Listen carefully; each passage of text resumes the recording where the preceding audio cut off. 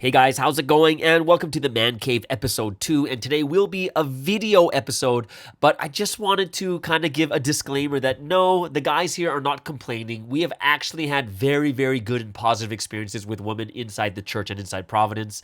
And we're just kind of speaking our mind of the different things that we could do to make things better, going to the mind of a male so that we can evangelize better, so we can manage better, and we can raise a lot of good male leaders also. All right. So with that in mind, I'm also looking forward to anyone else out there who would love to join one of these man caves. Go ahead and DM me or email me. And for the girls too, we want to have a girls section for this also. All right, so let's get into it. Episode 2 of the Man Cave. Right. So So is here, it all right if Martin joins or we'll next just time? let's just do it next time first because 4 is actually pretty good. 5 might be a little bit crowded. Like Okay. 4, I think 4 is pretty good for now, and then we can Mm, see from there because we're gonna have multiple groups coming in too. Sweet. Yeah, okay. Gotcha. Just wondering. yeah. No, we just don't like people from South America, so we don't allow That them makes into sense. these conversations because Yeah. their opinions don't really matter. Oh yeah, I agree Yeah, yeah, 100%. and we don't want any more South Americans in Providence, anyways. So I'd appreciate Hmm. you'd never invite him again. And you know what? I don't even want him Okay. in the background of your video. Martin, don't walk in the background of my video, please. Yeah. Blur your black. How do you do that? Blur your background. No, we're just kidding. I'm just kidding, bro. It doesn't matter. It doesn't matter. Hey, I didn't know you were gonna do this tonight. Just kidding. Okay. I got it. Either way, so let's just break the ice right now. And what do you guys think is the like for you guys? What are some of the reasons why you think there are not a lot of males in Providence? Like we could say the whole world, but let's just say Providence. Why do you think there's not a lot of guys, in your opinion? Not all at once, guys. Not all at once. I think the majority of guys are just too physical. Oh, what does that mean? I think it's a hyper focus on for most guys, there's a hyper focus on physicality. And so because there's a hyper focus on physicality, it makes it harder to connect with spiritual things and connect with a deeper spiritual understanding of reality or with the spiritual truth that is talked about by Sensinim on behalf of the Trinity. Because it's a deeper level, it's much more spiritual this time period. And so I think that might be a hindrance for them, for a lot of guys. Oh, what about for yourself? For me, no, it wasn't really an issue. I was spiritual growing up, not in the sense that I went to church or everything, or that I grew up in a religious family, Right. but I was able to connect spiritually with things. Like I could talk to spirits, I could hear spirits, I could see spirits sometimes. So I knew that it was a thing. It was just understanding what those things were and coming to a solid comprehension of what I was experiencing growing up. And so it Right. just came naturally. Well, what do you guys think about that comment? Like the guys are like super physical and that's why they have a hard time coming to Province. What do you guys think about that? Well, it's kind of a related thought in a way. Like I guess it's a different spin on it. I was thinking two things, but the first thing that I was thinking that kind of relates to that was I don't think it's marketed well to guys, like in the ways that we see like evangelism done. And I'm drawing this from like how we look at it in Hawaii. In Hawaii, I felt like it was different because honestly, the culture and everything there I feel like is really well set up so that when guys are evangelized and when we go out to go evangelize guys, they can easily kind of plug themselves in. Like there's like a market for it, you know, like where these guys are kind of seeking in some way to improve themselves.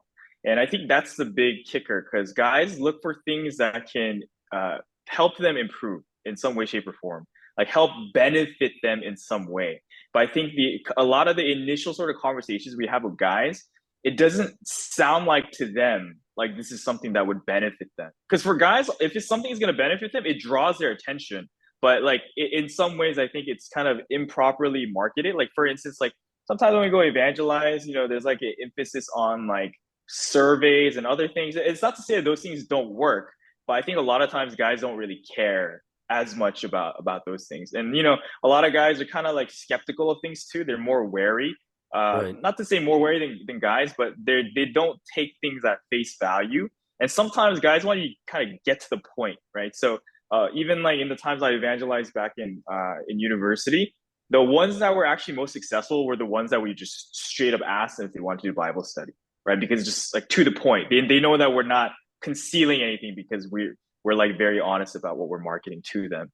So that was one thing, but yeah, that's kind of like in line with what Mason said. It's not that I disagree with that point because I think that is an element to it, but I also think that it could be better. Like we could approach guys better and like kind of present it better because, like Mason said, everyone might be different, but if it's presented well to us, I think down along the line, if the guys realize that it helps and benefits them in some way, right, in a spiritual way, but also in a physical way too.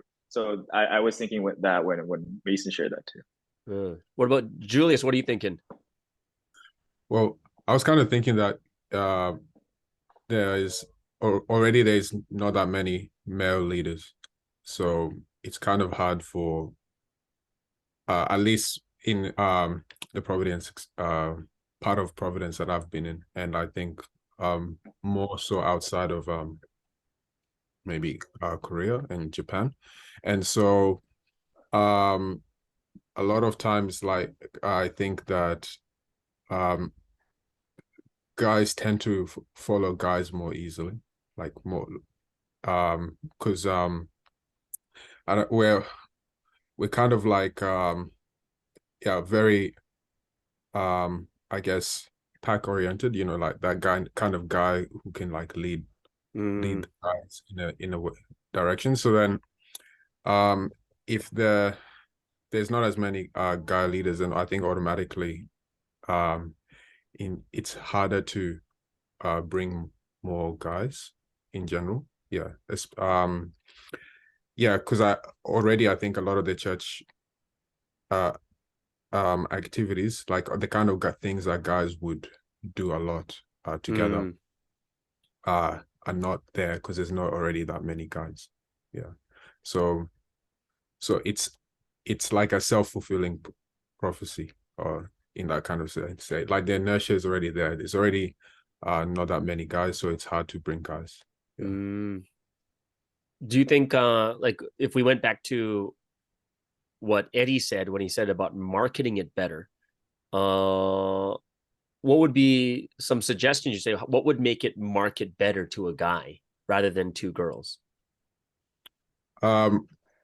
It's gotta be I think a lot of the activities need to be activity based. You need to be doing something, and doing something active. So it could be, for example, it could be sports. It could be maybe it's again if it relates a lot to their physical life, then they're kind of interested. It could be working out. It could be career development. Then through those, building the relationships and then connecting with the word. So I think that those kinds of activities interest guys more, like, because they're like in the sense that Mason was saying that they tend to be very physical. Like if the activities are kind of involved around that area, I think they're much more interesting. Yeah. Rather than directly like, I guess, just friendships. Like I'm not really sure like what other activities have been marketed previously, but yeah, the general thing is surveys. And I think also like with this, a lot of the sporting things that I've seen too, so it will be like, for example, one of us, and we are and then we have to start this whole like sporting group, and it's just one person. So it's like, it's pretty much challenging in that sense to kind of like lead that group, because it's just like, it's like let's say you start a group, and then you've got all these I guess non-members there, so it kind of just ends up being sports, right? Yeah, it doesn't progress anything further. Yeah. I think this question might be more valid to people in churches that are smaller that have more girls. Like, what about if it's a physical activity, like say sports, and we're playing soccer, but the majority of people are girls? Yeah, so that's the thing. It's because the dynamics change as soon as the girls involved.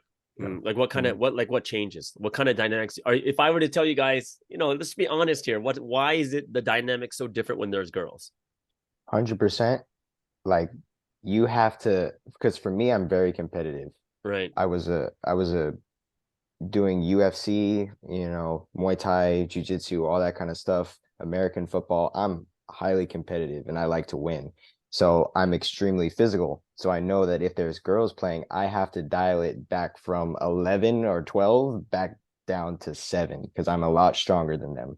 So I know that I could easily hurt them if I'm not careful, even if it's soccer. So when it comes to sports, you just gotta bring. So now the question is, do you want to do that?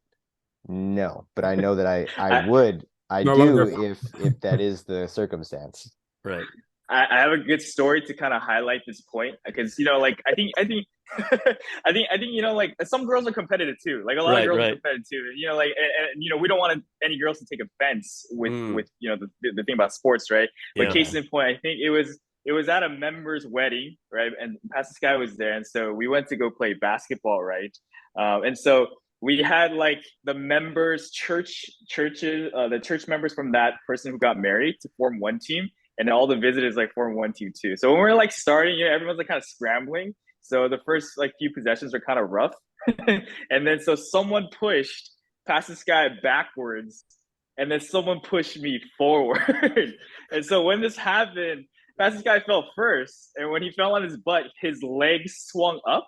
And then when I was going down, it's slow mode. Like, so I could see this happen in slow motion. And I knew this was going to happen. So I was going down. And I saw his feet come up, and his feet landed squarely on my mouth.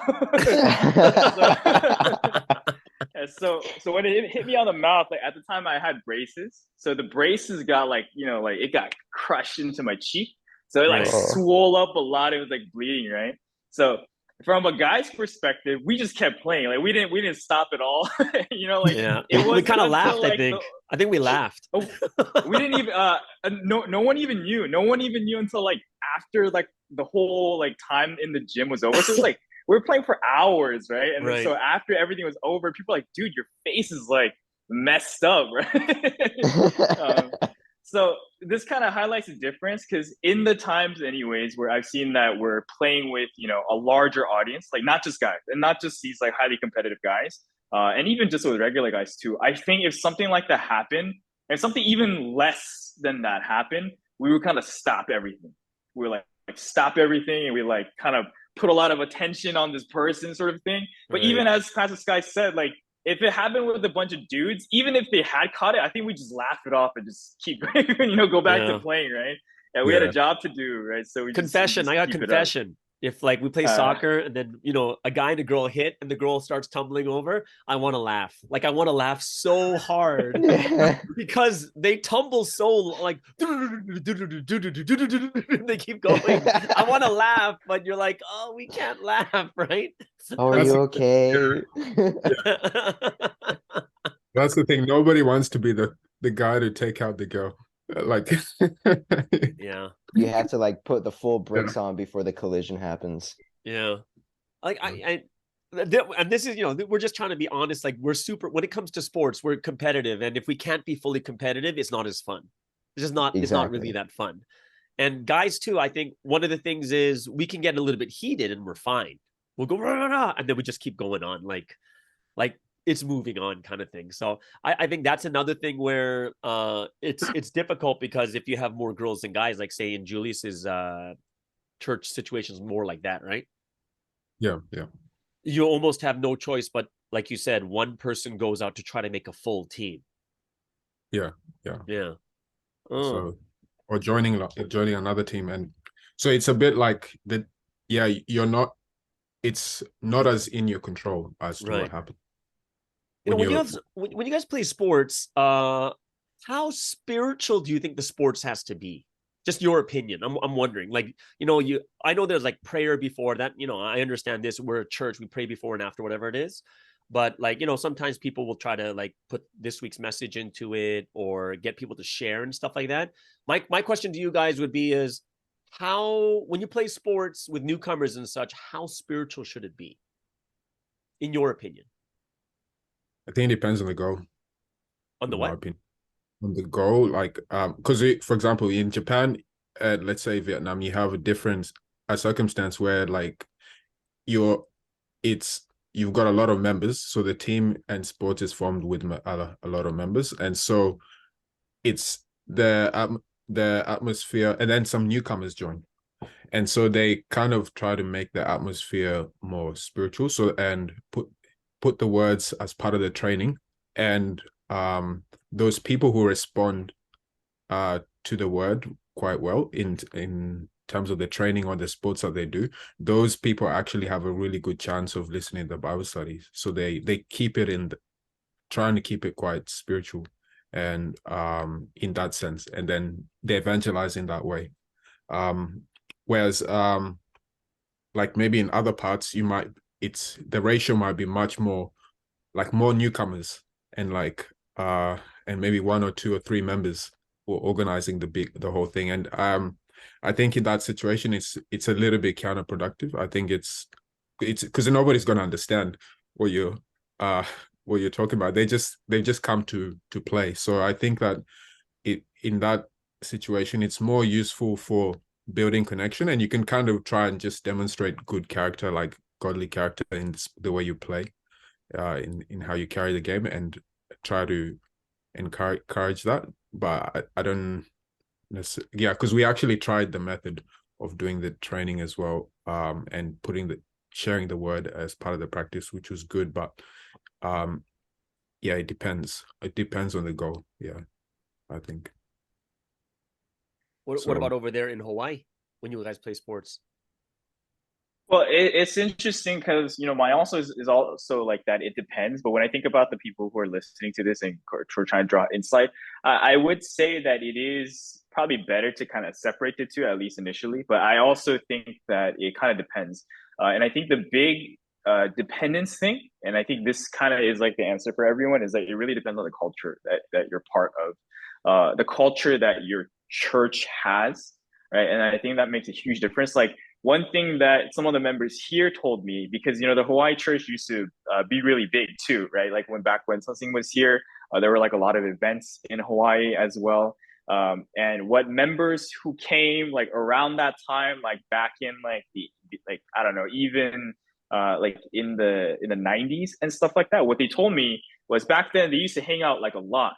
Right, they used to do like all sorts of different kind of things, and so this isn't really related to sports. But even when they would go watch a movie, like they would still watch the movie, which back then also, they were trying to refrain from doing. But when they went to see the movie, like afterwards, they would have like the small little powwow, and they would talk about, okay, like what did you realize like from the movie, right? And I think in certain circumstances, I think especially nowadays, we might not really do that. We might focus more on the physical, like, oh, we're just bonding and having time together with guys, sort of thing. But they said that they liked that because most of them at the time, there were a lot of them, but all of them were like coming from the world, right? And so they were starting this kind of group together and this kind of, like this, like a friendship among all of them.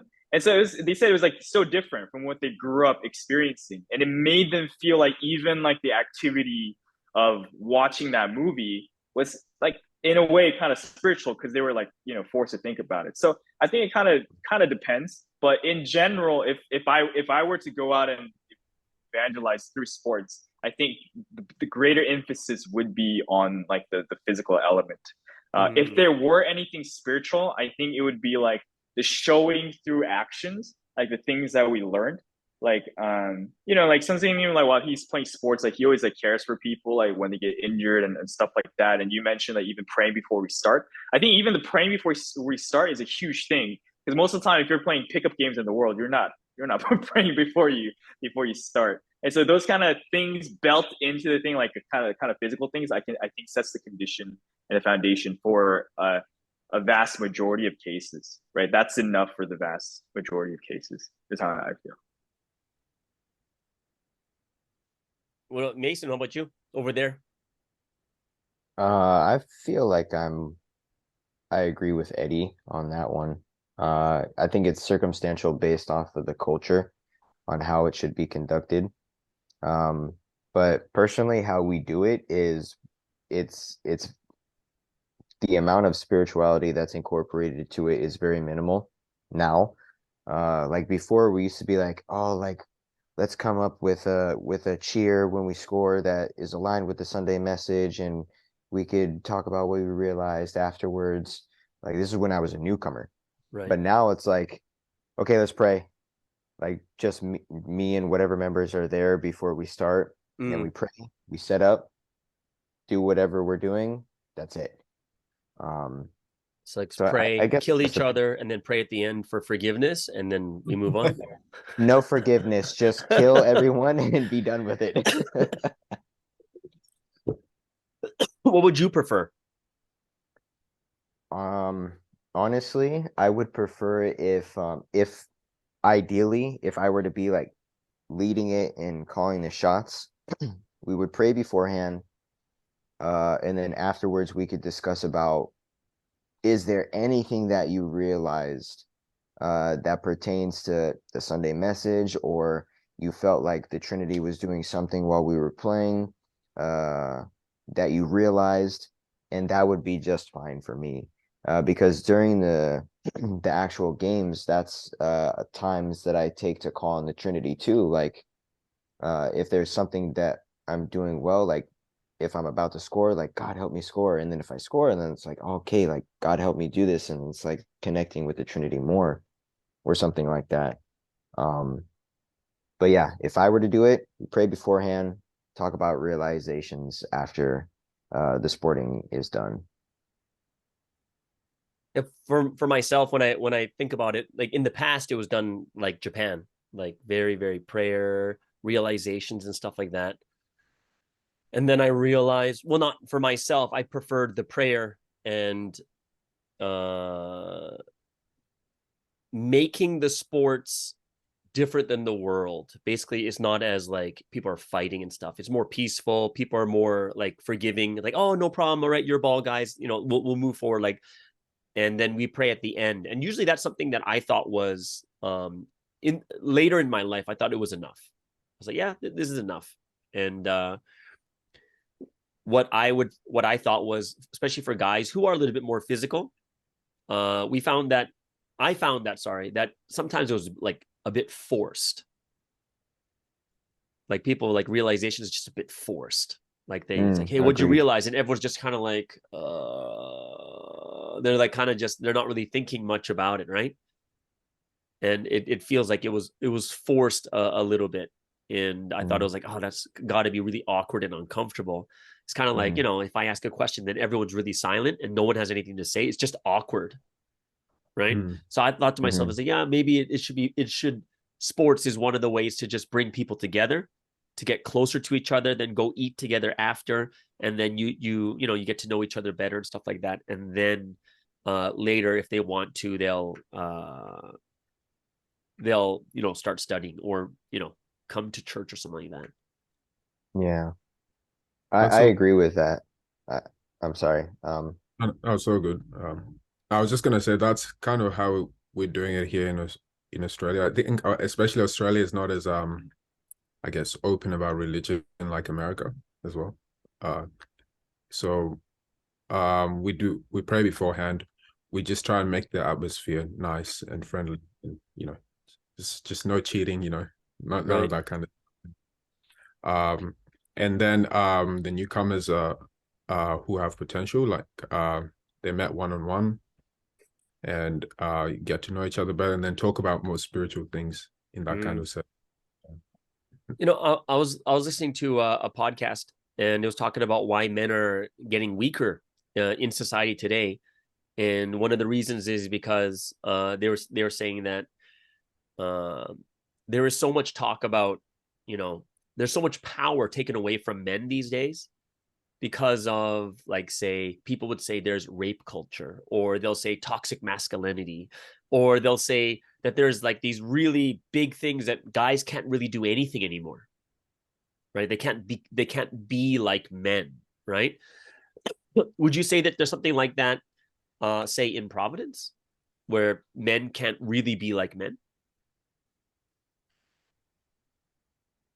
I wouldn't say that it's to the degree that the world is, Right. or especially in America. I'm not sure about other places in the world, but it seems especially like in Western society that's becoming more and more prevalent, like this over feminization of a lot of things, and masculinity is frowned upon, and hence the phrase toxic masculinity. It's like these average things that are associated with being a man is now inappropriate or negative behavior.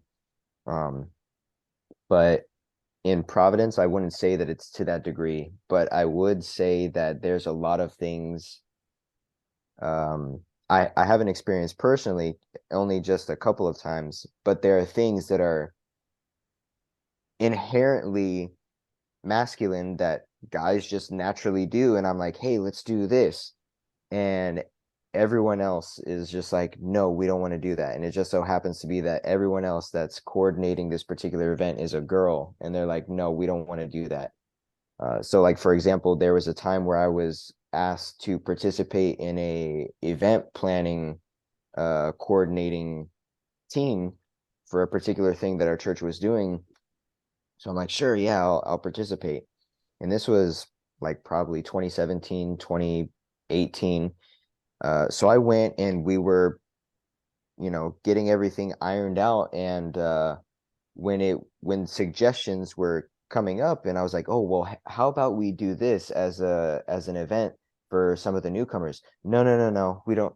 That doesn't sound good, or that doesn't sound safe, or that sounds like it could be dangerous. Literally every suggestion that I gave was shot down. And I was sitting there asking myself, why am I even here? If none of my suggestions are being heard out, is this event for girls only? Because if that is the case, then I understand. But if it's co-ed, how come none of my suggestions are being heard out, or at least considered? Mm. Everything was shot down. So I was just like, okay, it's weird, but fine. So that's just an example that I experienced personally. And it's probably because, like, what we do know is, and we can all agree with this, in most churches you're going to have way more female leaders than male leaders. Yep. Right, you'll have way more female leaders, and I'm not sure what the reason is, but we don't know. Then there's not as many guys becoming leaders, and probably on top of it, there are more active females. Like, they want to do it, and they're going out of their way to sacrifice and help. And I think that's, there's like these different reasons that come out. It's not because we're purposely doing it, right? Like, what do you think, Julius, about that? Well, in terms of the leadership situation, I think that's just, yeah, true. That's just the way it is, for some of the reasons you mentioned, and it's just others I'm not really sure about. But I think that's automatically, the inertia keeps moving in that direction, in terms of evangelism as well. So more females will be evangelized as well. And also I think there's a stagnation. I kind of felt a little bit of a stagnation of development, spiritual development of guys, a little bit, like, to at least towards leadership. Yeah. But apart from that, like, in terms of not feeling like I couldn't do anything, like, just be a guy, be myself as a guy. Like, at least in Australia, I haven't really felt that much. I did feel like the environment was sometimes too feminine, but I just thought, that's normal. There's more girls than guys, so that's just gonna be the way it is. And then as guys, then with the few guys that who are around, we just do our own thing. We might go hiking by ourselves, and at our church as well. I think at least our pastor kind of made a lot of effort to make it, especially when I was a newcomer, to make it kind of balanced, to try and make activities that guys would enjoy. So for example, we'd go outing and we actually had like a sports day, and we did like 100-meter sprint relay as well, and things like that. So so that was cool that we did that. And we had, and Australia has a very, both men and females generally have a lot of sporting culture. So going to the beach, doing some sports there, we did like, and we'd have volleyball, and the girls too play volleyball. So it didn't feel that much. It just felt that it was more the I guess male mentorship or discipleship that guys need to grow into leaders, because already there's more females running, and it just doesn't look appealing, I guess. It doesn't as much to run spiritually for some reason. Yeah. That's a good point. Why doesn't like male leadership, like males, why don't we want to be leaders? Like what is kind of like what Julia said is, why does it not look appealing? Well, so I had something related to both of that, and I think it relates to this too. Like, the first part's kind of like a caveat. I think it has to be said, especially for those listening too, that all across the board, everything is kind of leaning towards like a very feminine culture in Providence, right? It's not inherent, but that has to be recognized, right? So I that's something that at home that I hope that no one like doesn't recognize. Like, if you can't see it, that's kind of like weird. So that's like a thing that you have to wrap your head around. Right. But related to that and related to what everyone was saying, like a couple things I was thinking was the first thing is not just that, but because of just the nature of Providence, like we're all about like, doing well spiritually and even physically and all of those things too. I think like part of what we do is kind of geared towards being protective of of people in general. But that sort of protective nature doesn't really help guys as much, right? And I mean protective because I'm thinking about even back at my home church, we have so many kids. And I think growing up, like it's not just towards girls, but towards everyone and towards kids, we're like highly, highly protective as a group, right? And like the thing that I really come to feel like growing up is that sort of protection, like being overprotective, is really detrimental to growth. But related to the question you asked and what Julia said too, is when you look at providence though, what providence is and the word isn't inherently feminine or masculine, like the word doesn't generate a culture that says be protective, right? Or like, stay away from these things, they only do these things, right? So like the word actually instills like people with power, like even guys with power. So it's not a protective thing, and it's not something that like it is something that can attract guys, right? So what like case in point is like I think a couple of the lessons that for me really struck home as I grew older was like the Cain's personalities lesson. And I think the confident ignorance lesson, like stuff like that, right? Because it tells you, oh, if you do these things, your life can change, right? If you do these things, then like your life will be better, essentially, right? And like it lists out for you what traits are good, what traits are bad. And by strengthening those things, you become like a more powerful person. And I think that kind of idea attracts guys. And, like that kind of thing would attract guys to leadership. It would like push people up to want to do things. And so for me, those kind of messages are inherent in Providence, right? It's inherent in the word. So I really believe that we can like use those things, like capitalize on those things. And to some degree we have, but like if we want to see a lot more like leaders growing up, I think leaders period, not even like male leaders, but leaders period, there needs to be more of an emphasis on that kind of strengthening people, like empowering people rather than just protecting people is one thing. That's a pretty big topic too, like the overprotection of people. I think that's a really big one. We can move on to that. But I was thinking right now is if you guys were to like, one thing Julia said is being in leadership is not appealing. It's not something where you're like, oh, I really want to be a leader. Like back in my days, it was the big thing. Back in my days, everyone wanted to be a pastor. Everyone wanted to lead a church in my days, right? And then as time went on, it kind of waned, right? So here's if I were to give you like all of us just kind of going around the horn, name one thing you think is this is why it's not appealing. So like kind of go around, like we'll start with like Mason. Why is being a leader in Providence not appealing? That's a hard question for me personally, because I'm someone that feels not feels or I think that I have a lot of good leadership qualities. I've been in leadership position and I enjoyed it.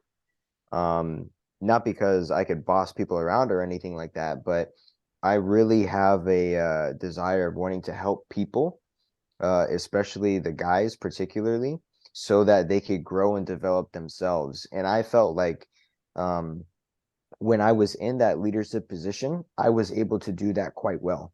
Right. And I was also able to do it because I'm knowledgeable with the word.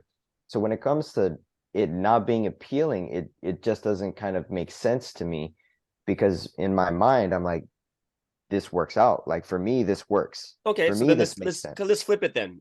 Why aren't you doing it then? Right.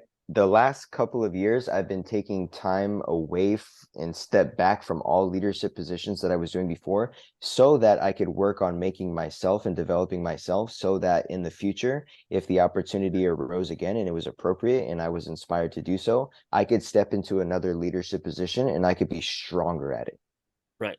Okay, so then you stepped away from it because technically speaking, what you're saying is, and tell me if I'm reading this wrong, that if you went into a leadership position, you couldn't grow and you couldn't change. So that's why you stepped away from all leadership positions, so that you can do that on your own, because you couldn't do it in the position of a leader. I think that makes sense. Yeah, because I think I hit a ceiling, a glass ceiling or whatever.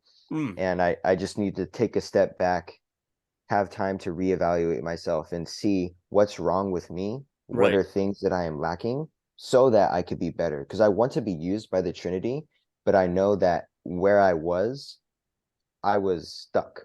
So I had to take a step back, reassess, so that in the future I could jump back in if the situation arose. I open this up to everyone else is, should leadership be a thing? When you do it, you should be growing and you should be making yourself as you're doing leadership. And should it be something where you're like, well, I've hit my ceiling, so I can't be a leader anymore, so I'm stepping away? What would you guys think about that? Should you be growing as a leader and making yourself as a leader? I think both things can be true. Like there can be a point where you need to step back and reevaluate. Because where in a leadership position, there's a lot of things you're almost focused on everyone else. So you almost not stopping to have a look at yourself as much. So you might need those periods to step back and reassess and work on these things, and then progress forward.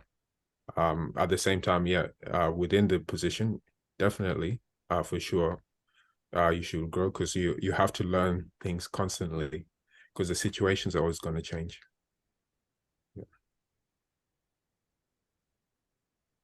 Well, actually, for me, I thought that kind of perfectly encapsulated like some of what I'm going through right now too. Like just the idea of like, I think the word I was thinking was like, you feel like you're stagnating like over time, like in that position. And maybe at first there's like some things, but over time it feels like you're stagnating. So that's kind of where I'm at too. Because even as you're serving as a leader, I think nowadays it feels like you want to keep growing, and you know you need to keep growing. Like it's for so many different reasons, right? It's to lead your church, but like it's even to develop yourself in like so many different ways. And it's not just spiritual ways, but physical ways too. Like I think for a lot of guys, like finances too. I mean, just everyone, like that's something that they think of. So you want to progress in all of these ways, but it kind of feels like you hit a limit.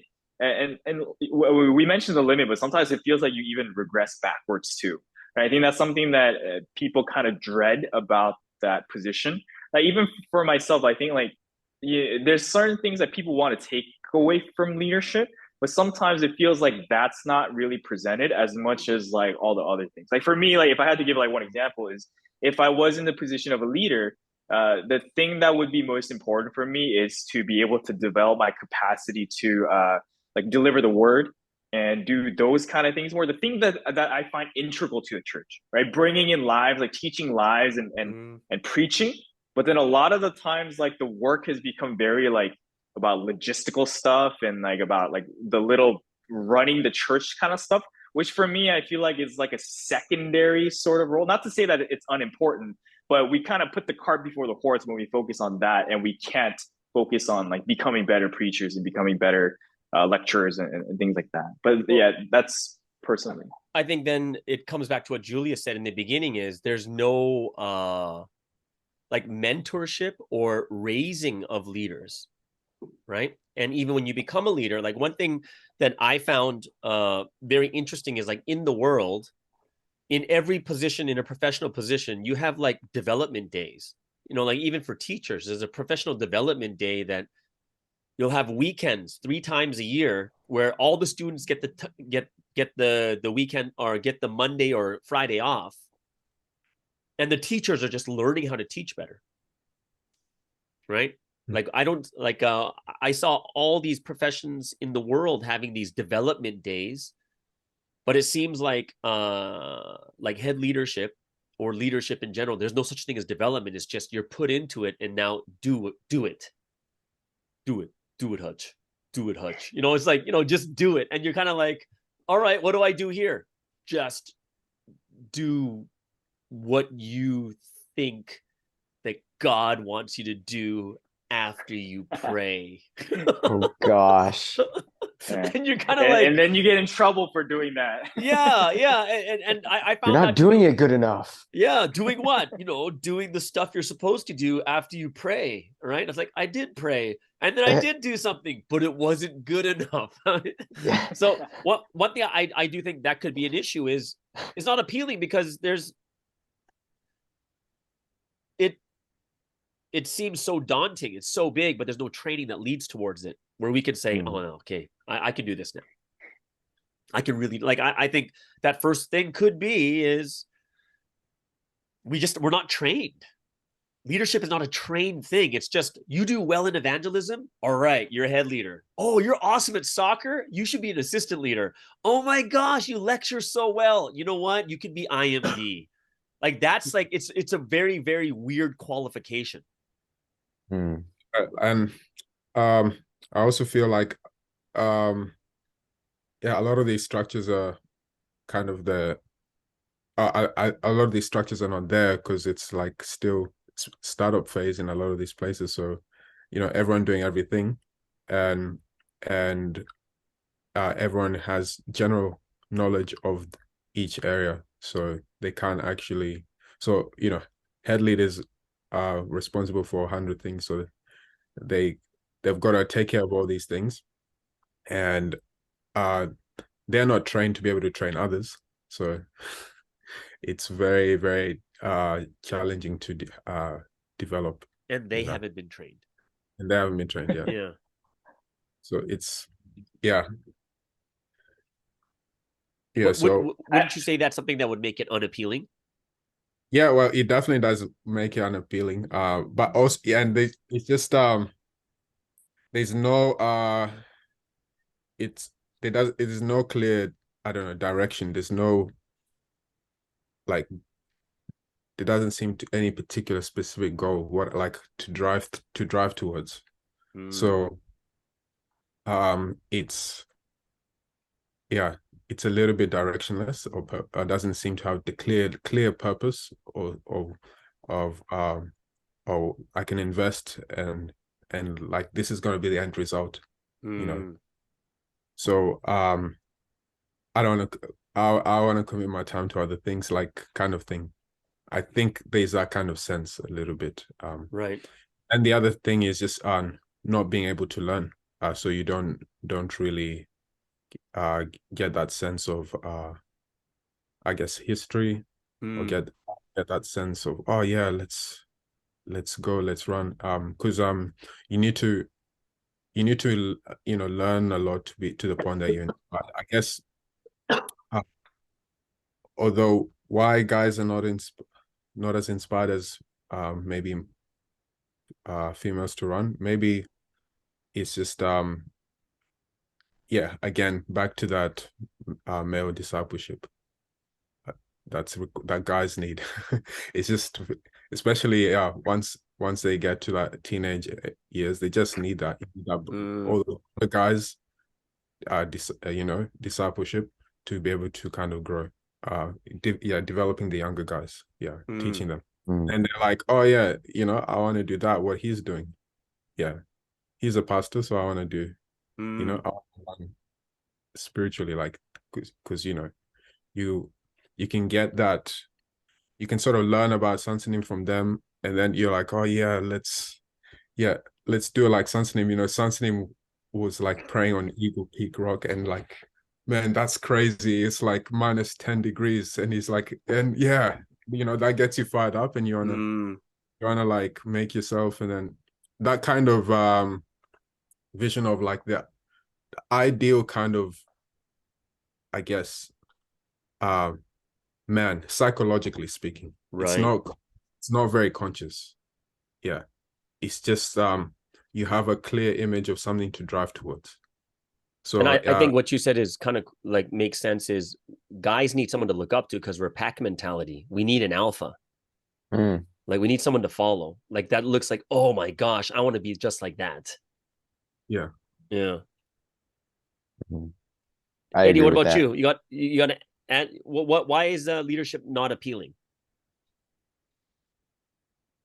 Just name one thing besides showing your guns. You lift up the sleeve and you're like, boom. Well, the thing is, I will say, like, for me, it's not that it's not that I like the fact that this is true, but I'm just gonna say it because it's true. Right? It's difficult to support yourself, like that, like just the real and honest, right? Because the biggest thing is I'm a second gen, and I grew up in Providence like my whole life.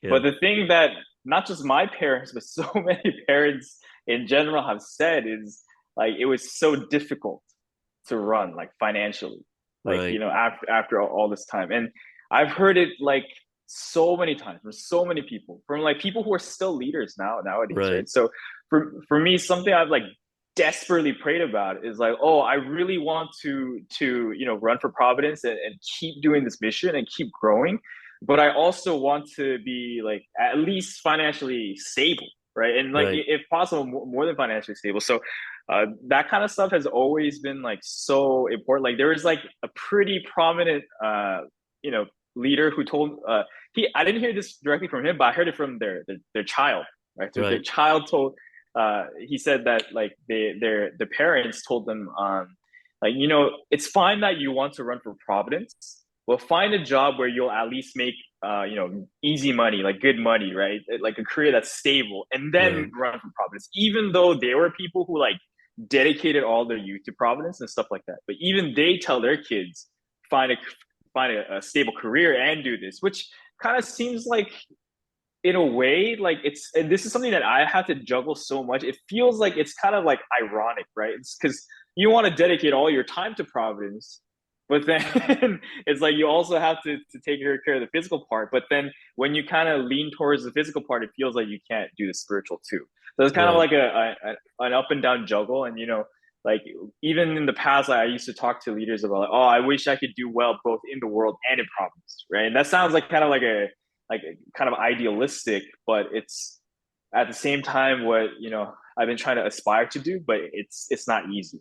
But I would say that that's one thing that deters people in general from why do you think churches are reluctant to pay their head leaders more? Like I know sometimes your church is small. I know that comes out every once in a while too. But why do you think it's they won't, even if they could, they don't pay their head leaders more? Because I've gone through this too, like asking for a raise as a head leader, and it wasn't an easy ordeal. Yeah. Like, is there another reason apart from financial? Like I would say it goes back to what Julia said in the beginning about mentorship or training and being better. You know what I mean? So a lot of like what I found was, because it's money and money is a very sensitive thing. They're going to look at like performance. You know what I mean? Are you taking care of the families? Are you taking care of are we growing as a church, right? There's like all these different metrics that they'll look at and say, well, this person's barely doing anything. So why should we give them more money? So it's kind of like for me, I felt like it was a catch-22. Is like I'm not being trained to do everything really, really well, or to know how to, like, when I first became a head leader, super confession here is I asked, what do I do for a head leader? And they told me just evangelize. Like that was that's what they told me. And that's what I did in our church. We grew like really, really fast in 3 years, but I never felt like I was successful. Like there was always this unhappiness. Someone else was unhappy. This group was unhappy. And I was like, I went to like a family, you visit a family's house. I had no idea what to do. I was sitting there like, what do I do here? They're like, oh, just listen. I was like, is that it? Oh, and deliver the word. I'm like, deliver the word. Like, I had no idea what I was supposed to do. And I was so stuck. And, yeah, it's kind of interesting because I think it's a catch-22 because it's kind of like a loop. If you were having so much success in the church and you're like really, really good head leader doing all the different areas that you're supposed to do, they're going to give you more. But we're not trained, so we can't do everything well. So it's a very difficult thing to ask for more. And money's very sensitive. So I was thinking about that too. Is like, yeah, it's a little bit tough. Finance is a big thing. I do think finance is a big thing. Or else, how many people want a head leader that has a part-time job and can't meet because they're working? Right? Oh. Yeah. Anything else? Why is it unappealing? I have like 4 things in my head. What? Well, because I was a leader. Yeah, but anything else? What other things in your head like, oh, this is why leadership for a guy is unappealing? Well, one of the things you touched on too clearly is Too clearly. is like this is funny because I did ask. I was always curious about, why is there a few guys evangelize in Providence? And I asked one of the a Korean female leader and female pastor, and she said, one of the reasons was guys they have to work and support to be able to support their family. Right.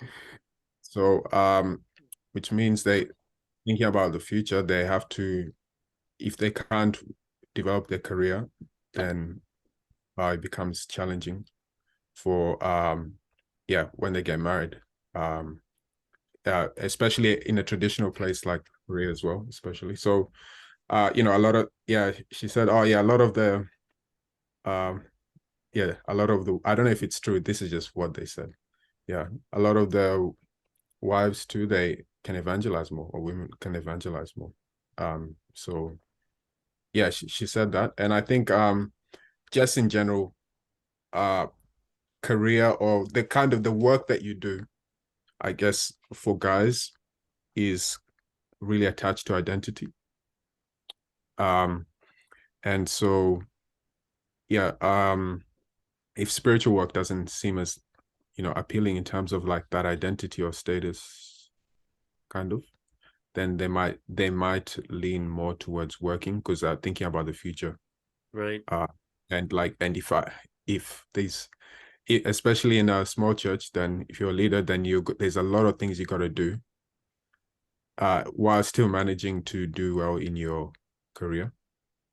So then it's like, it's too much.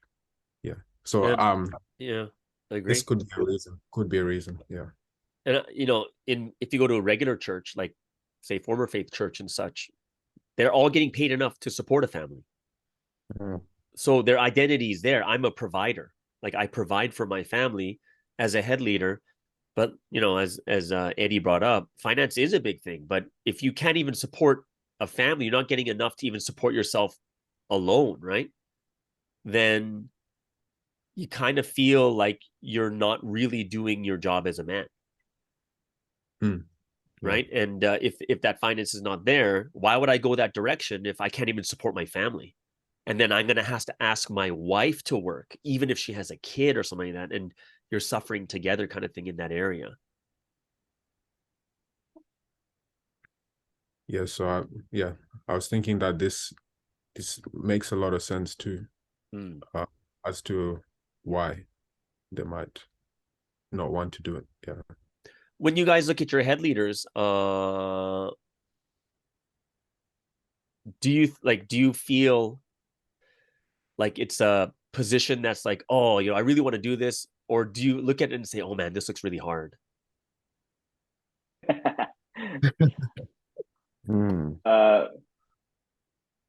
I would say definitely really hard. Like I think that's for me, that's a no brainer.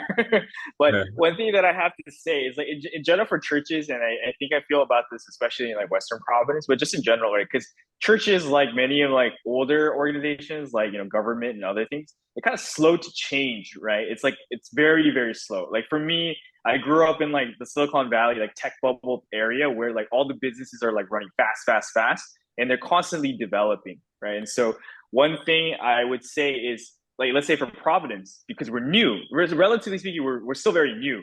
So we have this opportunity to do things in new ways. And for me, the solution to some of this stuff is we have to do it in the new way. We have to do it in the best way, right? And I think this is kind of a conversation I've had with some of you already too. But it's like even the way we organize, why structure ourselves after businesses from like 30 years ago, right? Or like churches from the past, right? When we should kind of organize things in a way that's more like in the forefront, like how like the most successful places and people are doing it, but that's not being done. So like I think like some common problems with that, like some of that we mentioned, like you mentioned like the observable metrics, right, for gauging whether someone's doing well, that's kind of not set in stone. And I think that's kind of like a more traditional way of doing business. Like nowadays there's new ways of organizing, and some of the people who work in like tech companies or other big companies in the world might know of some of these things, right?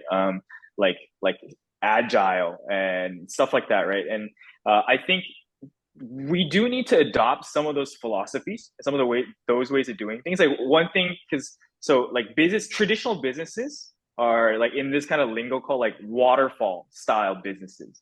And what you see in those kind of things, and I had a recent conversation about this because I'm like meeting with headquarters here soon, like to talk about like how things are going with Hawaii and stuff like that. So I was just asking the leaders and stuff like, oh, like is there anything you want to say to headquarters? So one of the things that one of the members brought up was, I have a ton of things to say to headquarters. Oh, sorry. Go ahead. Sorry.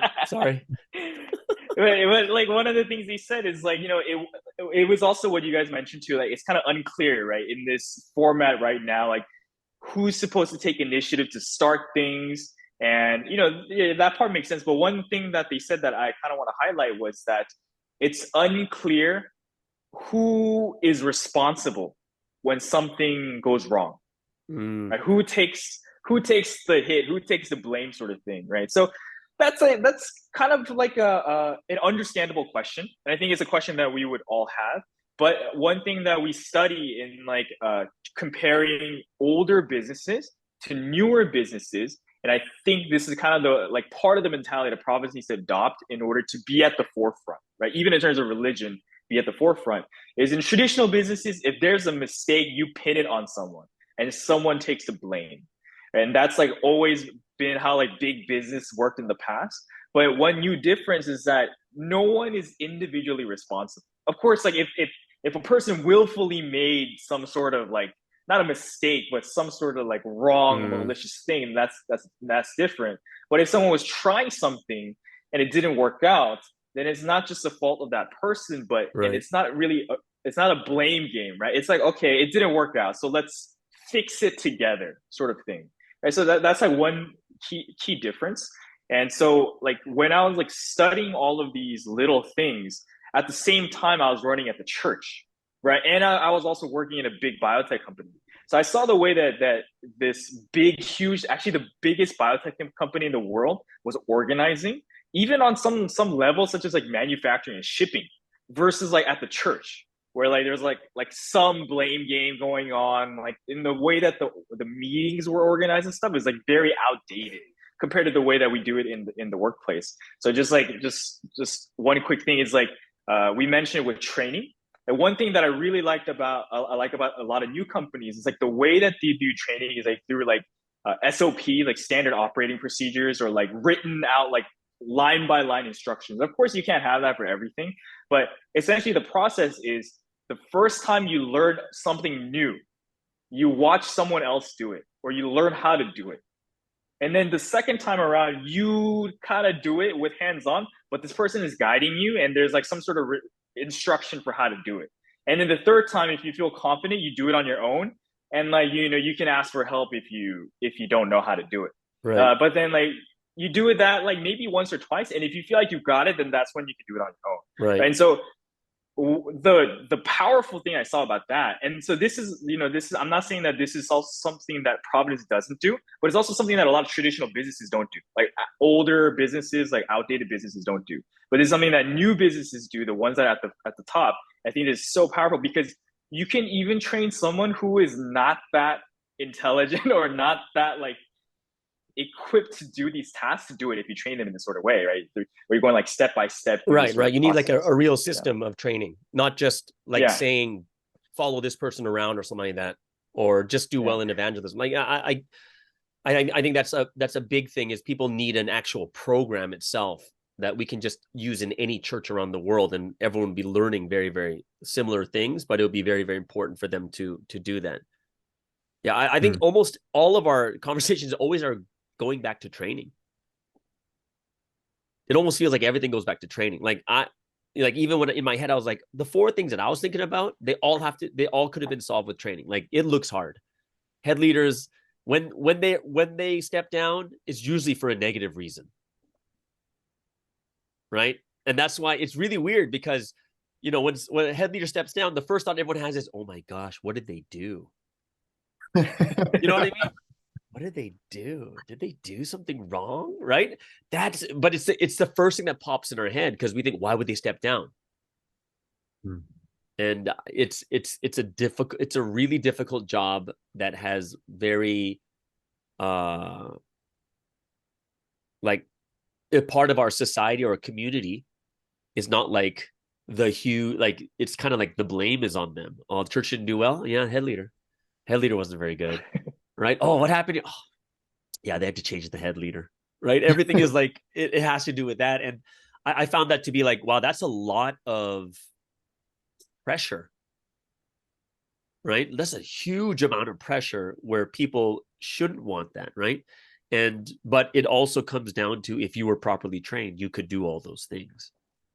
And you can train the next generation, right? And it almost seems like it's because we don't have a program to help these leaders to become real good leaders. And it might be what happened to Mason, right? Mason's like, oh, I got no training, right? So in the end, it's just, maybe it's me. I got to step back and I got to work on myself. But then how would that make you a better leader? Where you could say, I have a good character, but that doesn't make you a good leader if you don't know how to do the different things, how to lead, right? Yeah, I had to just figure it out, basically. I was ministry rep for a while. Yeah. For about a year. I just got thrown into it. I'm like, I have no idea what to do. I'm like, what should I do? Evangelize well, learn how to do the lectures. I'm like, oh, okay. I did that and still didn't really turn out too well. And same thing with the campus male leadership position. What do I do? Just have meetings and hang out with the guys. Okay, but what do I do? Pray, bro. You just got to pray.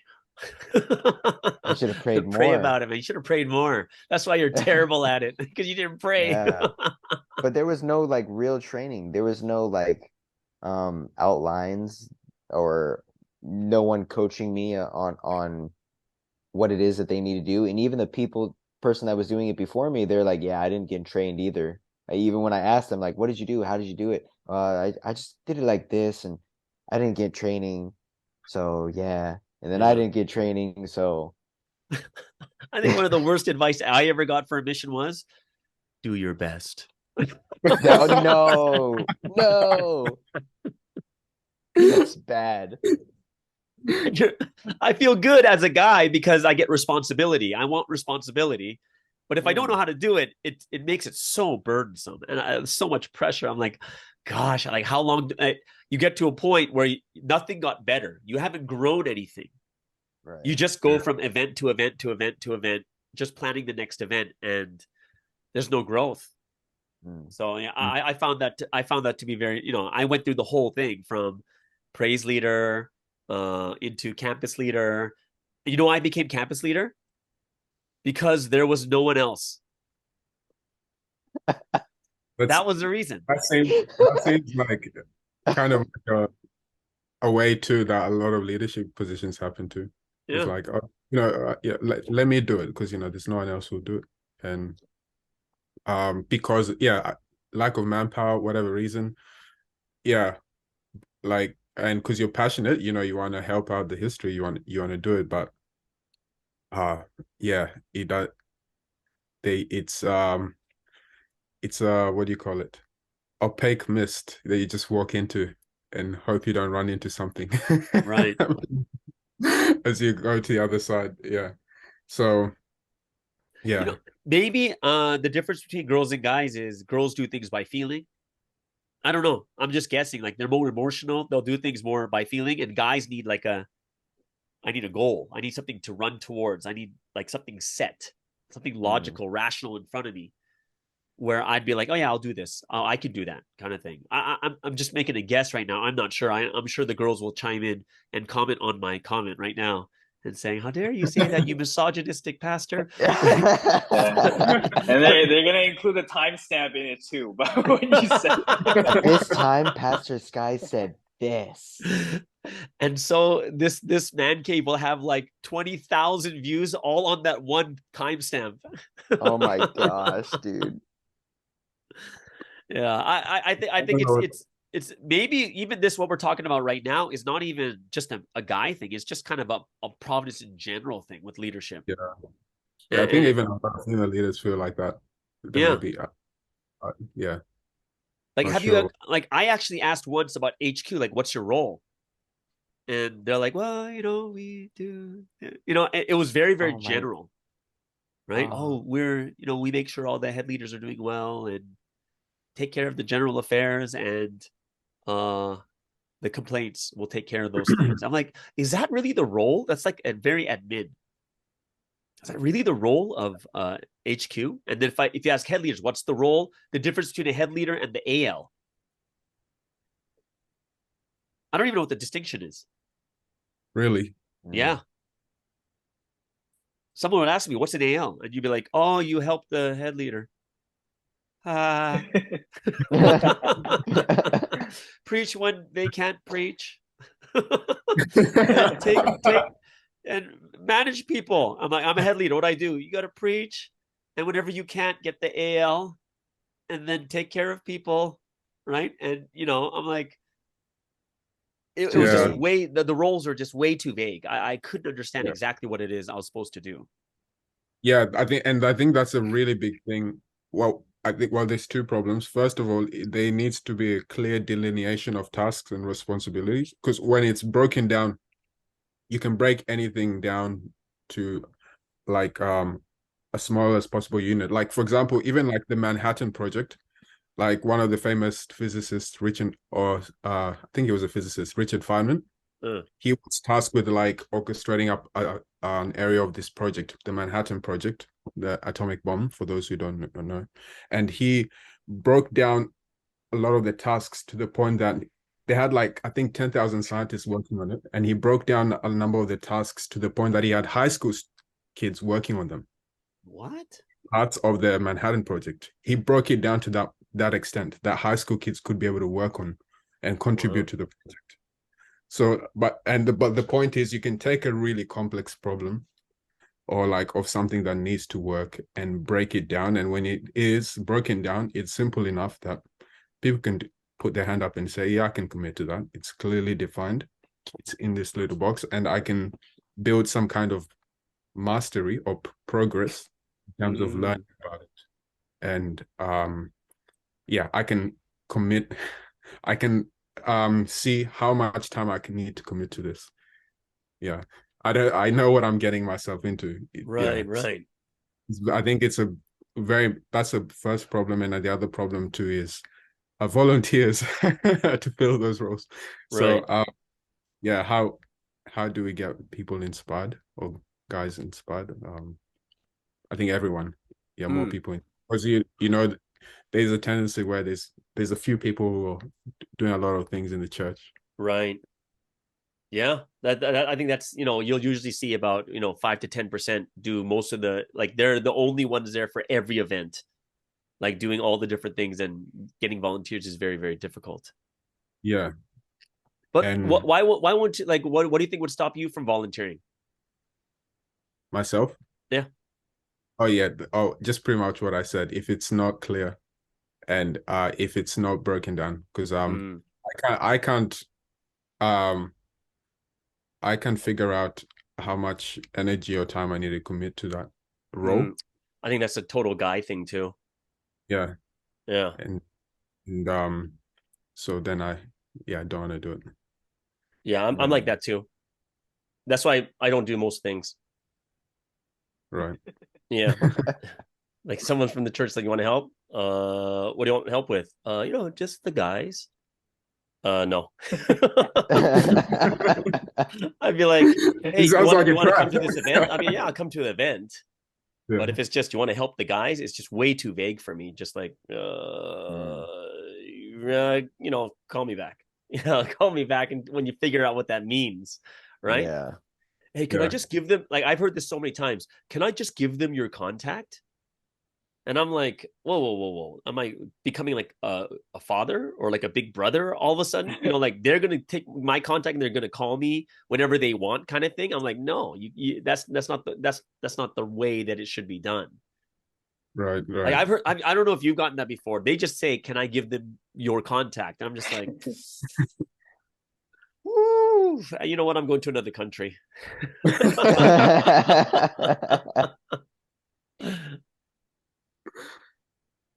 Yeah. I think it's really, really interesting though, that how